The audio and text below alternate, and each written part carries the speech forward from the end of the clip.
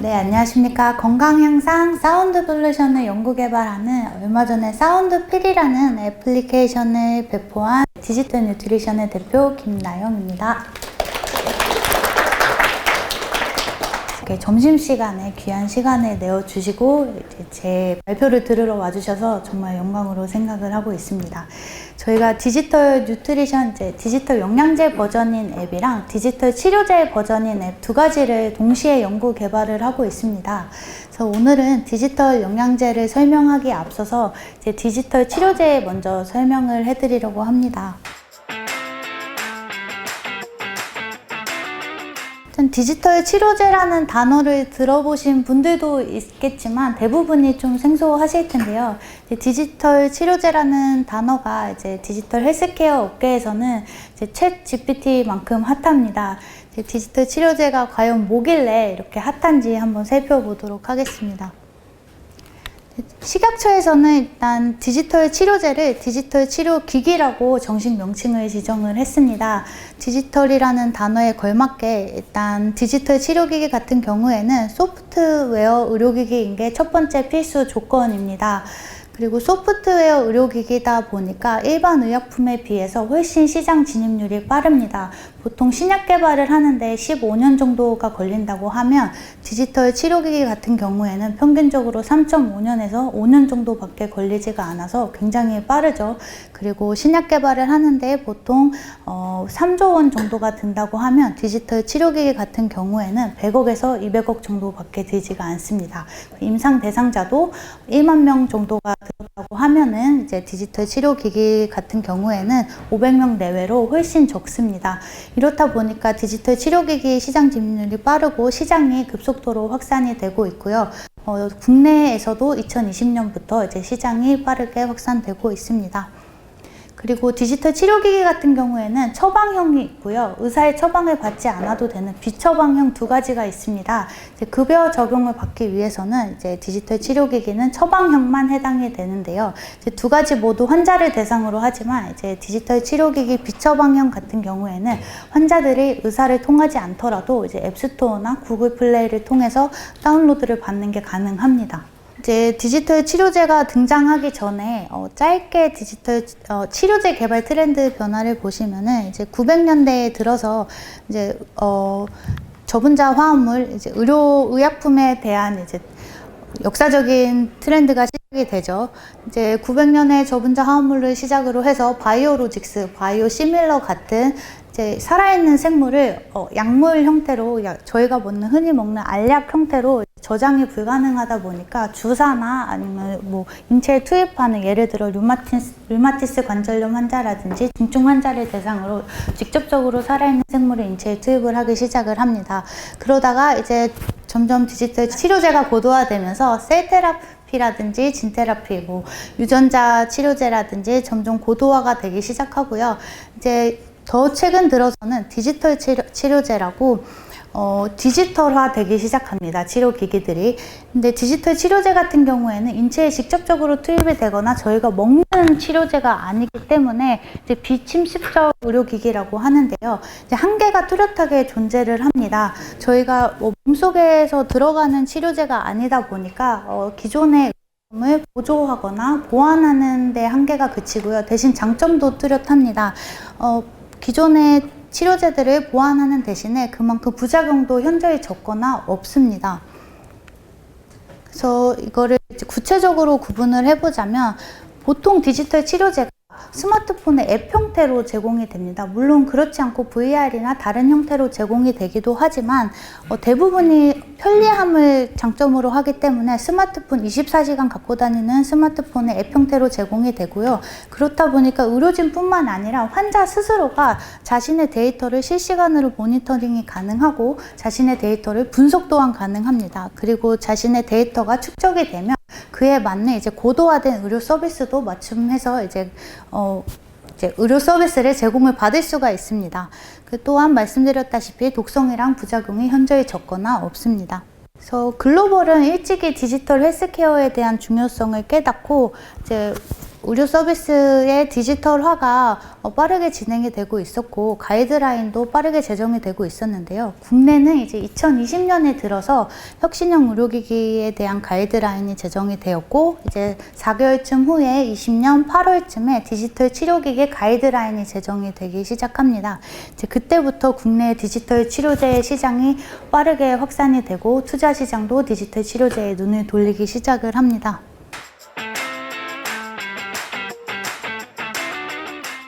그래서 디지털 치료제에 대한 설명은 여기까지 말씀을 드리고요. 이제 시장을 말씀을 드리면 이제 글로벌 시장이 연평균 26%로 빠르게 성장을 하고 있고요. 아까 말씀드렸다시피 신약 개발보다 디지털 치료제가 훨씬 시장 진입률이 빠르다 보니까 빠르게 성장을 할 수밖에 없습니다. 그래서 2032년에는 이제 620억 달러로 예측을 하는데요. 이게 하나로 하면 한 90조 정도의 큰 시장으로 예측이 됩니다. 이게 디지털 치료제 시장이 커지면서 이제 소프트웨어 기반이다 보니까 그거를 보조하는 디바이스 시장도 같이 커질 것으로 예측이 되고 있고요. 이제 코로나19 이후에 환자 스스로도 이제 비대면화되고 있고 의료 시장이 병원에만 의존해서는 안 되겠구나. 나 스스로도 내 건강 관리를 해야겠구나 하면서 더 시장이 빠르게 커질 것으로 예측이 되고 있습니다.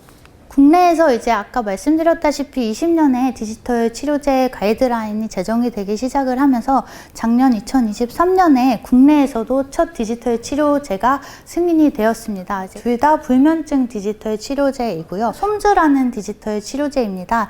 근데 그 솜주가 작년에 승인을 받았음에도 불구하고 2024년 올해 1월에 병원이랑 세브란스 병원 등 이제 국내 큰 종합병원 등을 중심으로 해서 실제로 비급여로 처방이 되기 시작했습니다. 그래서 불면증 환자들이 실제로 의사를 통해서 처방을 받고 있습니다. 그래서 3에서 5년 동안 이제 비급여로 처방을 받기 시작을 해서 이제 신의료 평가를 받게 되면은 이제 급여 적용까지도 될 예정입니다. 이제 오랜 시간이 걸리죠. 수가 적용까지. 세계 최초 치료제는 어디일까요? 이제 바로 알코올 중독이나 약물 중독 환자들을 치료를 해주는 페어 테라퓨틱스라는 세계 최초 디지털 치료제 회사가 있었습니다. 근데 그게 리셋이라는 디지털 치료제 앱이었는데요. 작년 2023년에 승승장구할 줄 알았던 엄청난 주목을 받던 디지털 치료제 회사가 돌연 파산 신청을 했습니다. 그래서 전 세계가 충격에 빠졌는데요. 상장까지 됐었는데 나스닥 상장 폐지가 됐습니다. 그래서 왜 대체 그렇게 디지털 치료제 시장이 커지고 있다고 하면서 1호인 기업이 파산이 되었느냐 해서 많은 사람들이 추측을 했는데요. 아무래도 디지털 치료제라는 그 단어 자체를 아직은 일반인도 모르지만 의료진조차 치료제가 뭔지 확실히 모르는 상태에서 이제 디지털 치료제 회사 1호라는 부담이 굉장히 컸을 것으로 보이고요.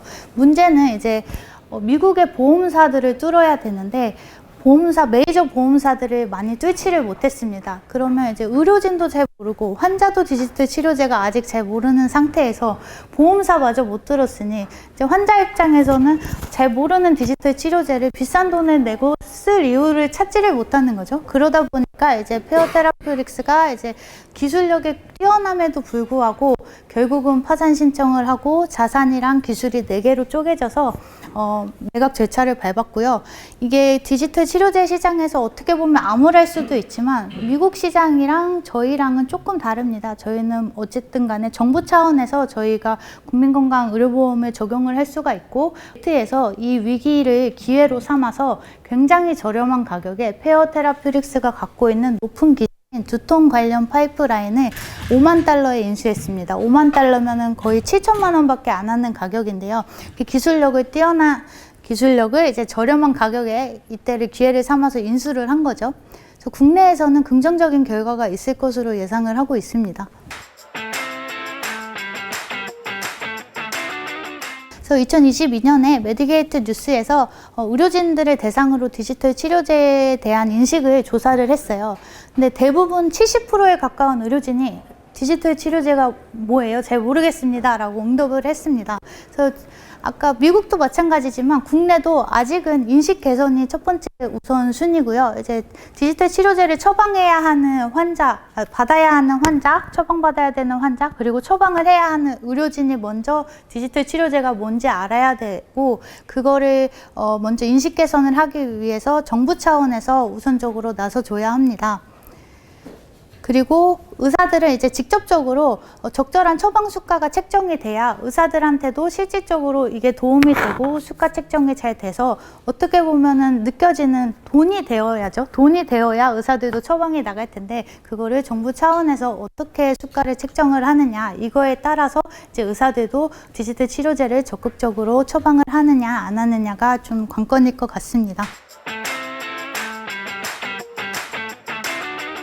그러면 디지털 치료제는 어떤 건지 이제 흐름을 말씀드렸는데, 저희가 지금 연구개발하고 있는 디지털 영양제에 대해서 말씀을 드리면, 이제 디지털 치료제는 환자를 대상으로 합니다. 뭐 의사한테 처방을 받을 수도 있고 처방을 받지 않을 수도 있겠지만, 실제로 의약품도 먹는 의약품이 있지만 건강한 사람들이 먹는 영양제도 있잖아요. 저희는 이런 점에서 착안을 해서, 그러면 우리도 디지털로 앱으로 제공을 하지만 스마트폰으로 24시간 갖고 다니면서 건강하든 환자든 이게 질병을 갖고 있지 않아도 누구나 쓸 수 있는 건강 향상 효과가 입증된 콘텐츠를 앱으로 사용할 수 있게 하는 애플리케이션을 제공을 하자 해서 이제 디지털 영양제라는 개념을 만들게 됐고요. 저희는 사운드에 집중을 했습니다. 그거를 디지털 영양제라는 개념을 가지고 사운드필이라는 앱을 연구 개발을 하기 시작을 했고요. 2년에 가까운 시간 동안 분과별 의료진들이랑 연구 개발부터 사운드 소스 검증, 그리고 임상시험, 사운드 제작까지 아주 오랜 시간 동안 앱을 만들게 되었습니다.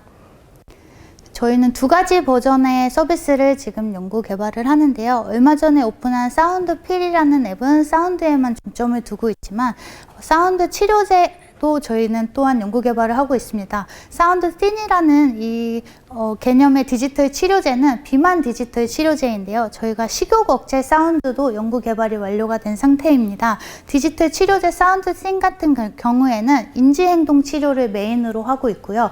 그 인지행동 치료를 메인으로 한 사운드 씬 앱에다가 식욕 억제 사운드를 접목을 시켜서 거기에 플러스 수면 패턴 분석, 그리고 식단 관리, 플러스 스트레스 완화 사운드까지 접목을 시켜서 체계적으로 일상을 관리해주는 보다 효과적인 비만 디지털 치료제를 개발을 하고 있습니다. 사운드 필은 얼마 전에 배포를 했지만 사운드 C는 내년에 배포하는 것을 목표로 하고 있습니다. 그럼 이쯤에서 좀 분위기를 바꾸기 위해서 조금 재미있게 준비를 해봤는데요. 사운드의 효과에 대해서 말씀을 드리려고 합니다.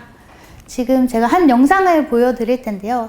카페 안에 직접 둘러보신다고 상상을 해보시고 한번 보십시오.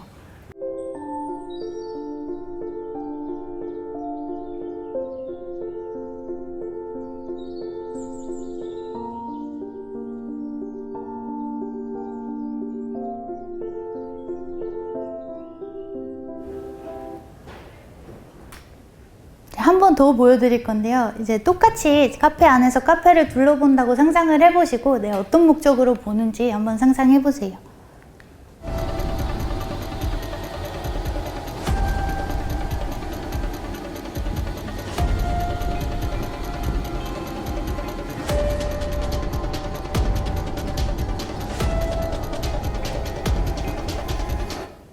어떠신가요? 이제 똑같은 영상이고 제가 어떤 목적으로 보여드린지 너무 의도가 뻔하죠. 이게 사실 사운드가 같은 영상을 틀어드렸을 때 얼마나 영향을 미치는지 보여드리기 위해서 틀어드렸고요. 이게 아까는 평온하게 카페를 둘러본다고 상상을 했다면 지금은 뭔가에 쫓기거나 아니면 누군가 숨어있을 것 같은 그렇게 상상을 하게 되시지 않으신가요? 이게 어떻게 보면 당연한 반응입니다. 저희가 시각이 피질에 도착하는 시간보다 청각이 피질에 도착하는 시간이 8배 정도 빠릅니다. 시각이 피질에 도착하는 시간은 40ms라고 하면은 청각이 피질에 도착하는 시간은 5ms인데요. 밀리세컨즈가 1000분의 1초입니다. 그 8배 정도 빠르다는 얘기인데, 그 시각이 먼저 인지를 하기 전에 청각이 더 빨리 인지를 하는 거죠. 그만큼 뇌가 청각에 민감하게 반응하다는 얘긴데요. 버클리 뮤직 앤 헬스 연구소에서 뇌가 청각에서 단순히 정서만 영향을 미치는 게 아니라 신체에도 영향을 미친다고 발표를 했습니다. 그래서 제가 몇 가지 재미있는 연구 결과들을 가져와 봤는데요. 저한테만 재미있을 수도 있겠지만 한번 재밌게 봐주세요. 운동하시는 분들한테는 어떻게 보면 당연하게 들릴 수도 있는데요. BPM과 운동 수행 능력과 관련된 연구 결과는 굉장히 많습니다. 헬스장 가면 보통 BPM이 빠른 음악들이 굉장히 많이 나오잖아요. 발라드나 클래식 틀어주면 힘이 쭉쭉 빠지겠죠. 이게 연구 결과를 굳이 보지 않아도 당연한 반응인데요. 이게 사운드 청취를 한 군과 사운드 미청취한 군을 벤치프레스 직전에 비교를 해보았습니다. 평균 BPM 120 이상을 들으라고 했더니 보통 평균 131 BPM을 들었는데요. 피험자들이 동기부여뿐만 아니라 순간적인 근력 폭발성, 그리고 반복 횟수, 속도가 유의미한 상승 효과가 있었습니다. 그리고 벤치프레스뿐만 아니라 실제로 운동 수행 능력에 빠른 BPM이 효과를 미친다는 연구 결과가 많고요. 저는 이거를 운동할 때도 활용을 하지만 이게 가장 필요한 동기부여, 그리고 순간적인 근력 폭발성, 그리고 빠른 속도가 아침에 침대에서 일어날 때, 준비할 때가 가장 많이 필요한데요. 이게 상상으로 BPM이 영향을 미치겠지 하는 거랑 실전에서 적용하는 게 천지 차이입니다. 그리고 혈압 관련해서도 사운드의 효과 연구 결과가 아주 많은데요.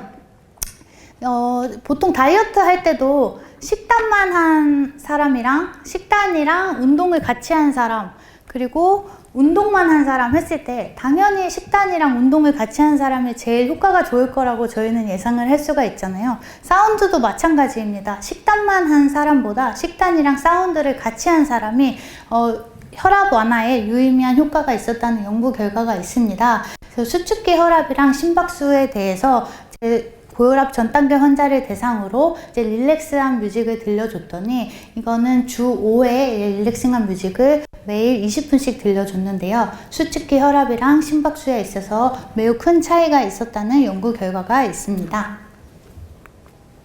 이 경우에는 BPM이 오히려 느린 거를 들려줬습니다.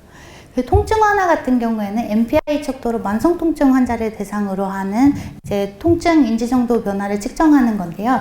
이 경우에는 음악도 아닙니다. 6Hz 바이너럴 비츠를 들려줬습니다. 바이너럴 비츠가 어떤 거냐면 6Hz가 들려요? 이렇게 생각하실 수 있는데 가청 주파수가 아닙니다. 안 들립니다. 근데 어떻게 들려줄 수가 있냐면은 바이너럴 비츠란 게 보통 436Hz, 430Hz 이렇게 각 귀에 다른 주파수를 쏘게 되면은 뇌는 그 차이를 인식합니다. 그래서 6Hz를 각각 동시에 쏘게 되면은 뇌가 인지를 못하지만 저희 가청 주파수가 아니기 때문에 436Hz, 430Hz 이렇게 차이를 두고 양쪽에서 다르게 주파수를 쏘게 되면 뇌는 그 차이로 6Hz로 인식을 하게 됩니다. 그거를 바이너럴 비츠라고 하는데요. 그러한 방식으로 양쪽의 다른 주파수로 차이를 6Hz로 두고 6Hz 셋탑화 바이너럴 비츠를 쏘게 됐더니 무려 77%나 통증의 완화가 유의하게 개선이 됐더라라는 유의미한 연구 결과가 있고요. 사실 제가 여기는 연구 결과를 하나씩만 가져와 봤지만 통증 완화랑 혈압이랑 그리고 운동 수행 능력 관련해서 음악과 상관관계, 그리고 주파수에 관한 상관관계가 있는 연구 결과는 굉장히 많습니다.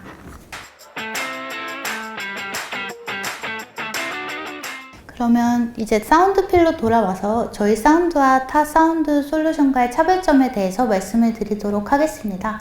저희는 데이터 분석 전문가 그리고 분과별 전문의 그룹들과 함께 저희가 처음에 체계적 문헌 관찰 그리고 메타 분석을 통해서 저희 사운드 소스 검증을 거치고요. 그 다음에 예비 임상 시험을 한 다음에 사운드 유효성이 어느 정도 입증이 되면은 거기에 대해서 다시 정밀 사운드 제작을 진행을 하고요. 믹싱 마스터링까지 마친 다음에 실제 사람들을 대상으로 해서 임상 시험을 완료를 합니다.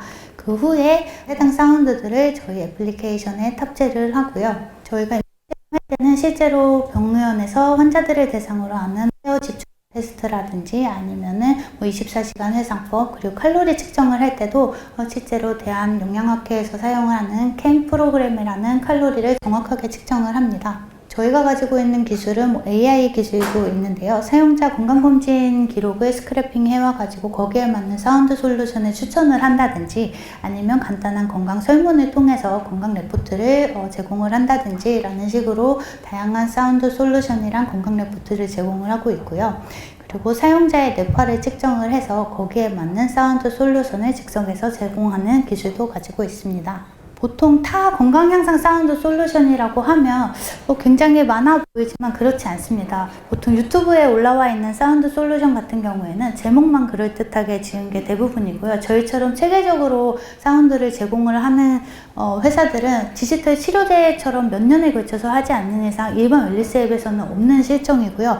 아니면은 명상이거나 단순 백색 소음을 제공하는 거에서만 그칩니다. 저희 같은 경우에는 명상이나 백색 소음을 넘어서 최대한 가장 많은 건강 향상 효과를 주는 사운드 소스를 분석을 해서 의학적으로 뽑아내고 있고요. 그거를 체계화를 해서 만들어서 제공을 하고 있습니다. 저희 같은 경우에는 2년 전에 설립을 했는데요. 2년 가까이 연구 개발만 하고 이제 서비스를 오픈을 하기 시작을 해서 그동안은 개별 사운드 형식으로 병원에 제공을 해왔습니다. 지금은 이제 앱 서비스도 있고, 이번 달 내에 웹 버전도 이제 오픈을 하기 때문에 PC에서도 저희 집중력 향상 사운드라든지 스트레스 완화 사운드를 틀어놓을 수가 있습니다. 그래서 저희 타 은행 플랫폼이라든지 보험회사 플랫폼 그리고 국내 최대 건강검진 회사 후속 서비스로도 저희 서비스가 들어가고요. 그러한 형식으로 굉장히 많은 파트너십이 가능하고요. 저희가 어쨌든 간에 사운드다 보니까 그리고 인간의 건강 향상이랑 정서적인 긍정적인 영향을 목표로 하다 보니까 굉장히 시너지 효과를 줄 수 있는 곳이 다양합니다. 그래서 언제든지 파트너십을 환영하고 있고요. 많은 연락 부탁드립니다.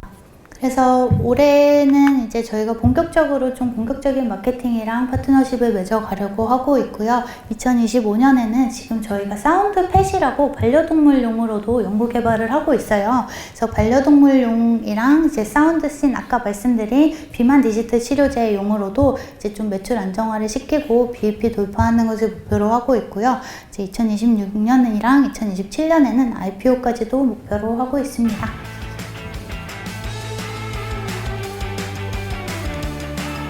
안녕하세요. 디지털 뉴트리션 김나영입니다.